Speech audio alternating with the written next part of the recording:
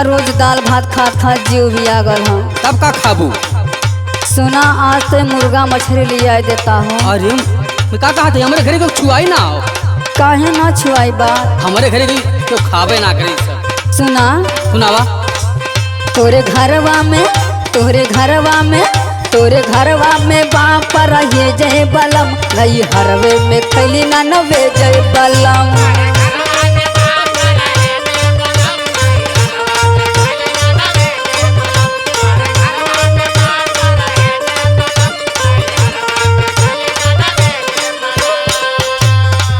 सुना हमारे घर में पर है जो सुना कहा तू तो देखई में हाँ? तू तो देखई में बाड़ू छिहत्तरी गोरी तो के कैसे खियाई मीठा मछरी गोरी।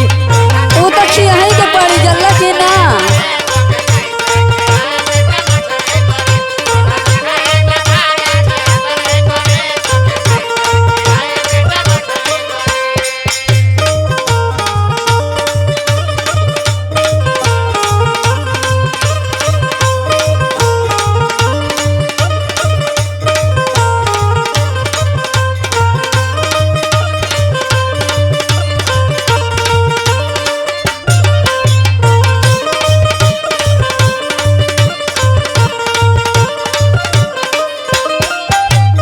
सुना बोला।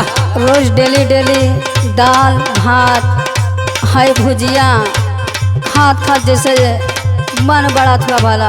अरे तो दलिया फ्राई कैले वकर दलिया फ्राई करेला तब हो नहीं मनवा भरत। जिंदगी भर हुए खाए हो। बोल सुना बोल का थई। तोरे घरे निका नहीं लागे सादा खाना हमके खिया दा राजा बात मोरा माना।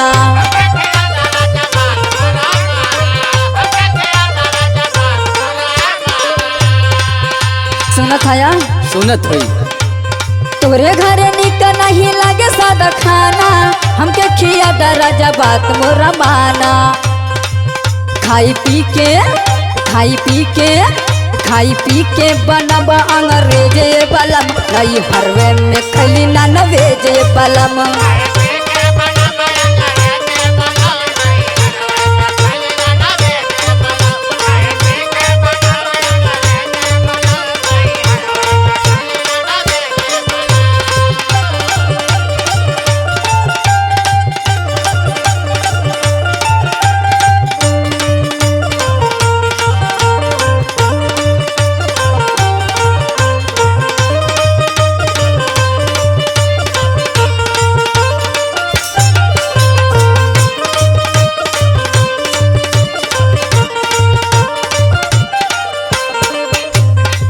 देखा हमरे घरे क्यों खाद न चोरियो सुना लिया सके। सुना चलल करा वही जहाँ कवल के बेचलन कुल नहीं। अरे कुल का कही है सुना। कहा अपन जिद थोड़ा धरा तनी धीर हो आज खियाई तो के सही पनीर हो। तू हम खैबे ना कर जल्ला की ना।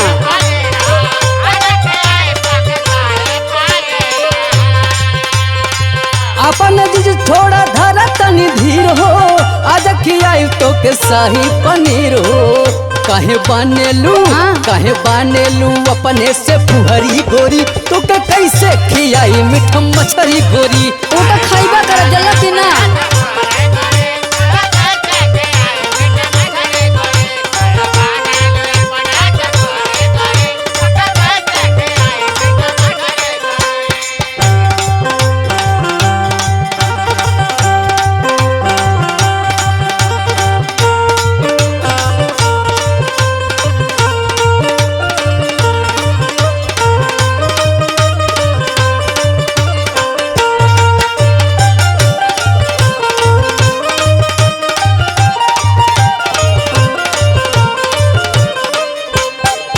सुना बोला। आज चाहे जो भी कुछ हो हम खाए जल्ला की ना। अरे तो घरवा में खाबे। सुना बोल।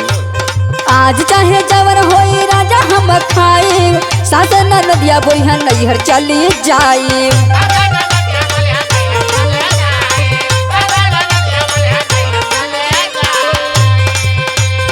आज चाहे जवन होई राजा हम खाए सासन नदिया बोलिहा नैहर चली जाए।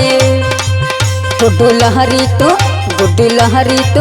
गुड्डू लहरी तू लिहला दहेजे बलम नहीं हरवे में खैली ना नवेजे बलम।